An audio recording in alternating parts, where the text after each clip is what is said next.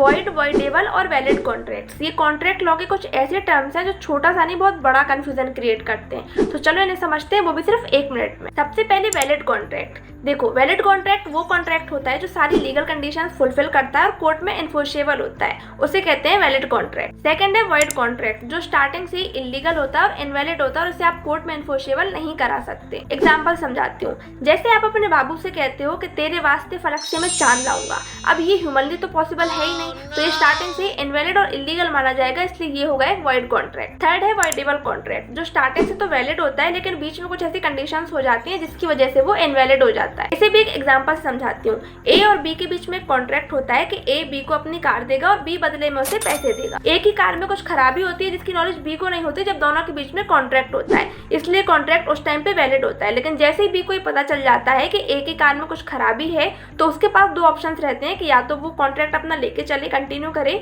या तो वो उसको इनवैलिड कर दे। तो अगर वो इनवैलिड उसे कर देता है तो वो कहलाता है वॉइडेबल कॉन्ट्रैक्ट। तो स्टार्टिंग से तो वैलिड था लेकिन कुछ ऐसी कंडीशंस हो गई जिसकी वजह से वो इनवैलिड हो गया। आई होप कि अब आप इन तीनों के बीच का डिफरेंस नहीं भूलोगे, और अगर भूले तो ये वीडियो देख लेना और फॉलो कर लेना ऐसे और इम्पोर्टेंट लीगल वीडियोस के लिए।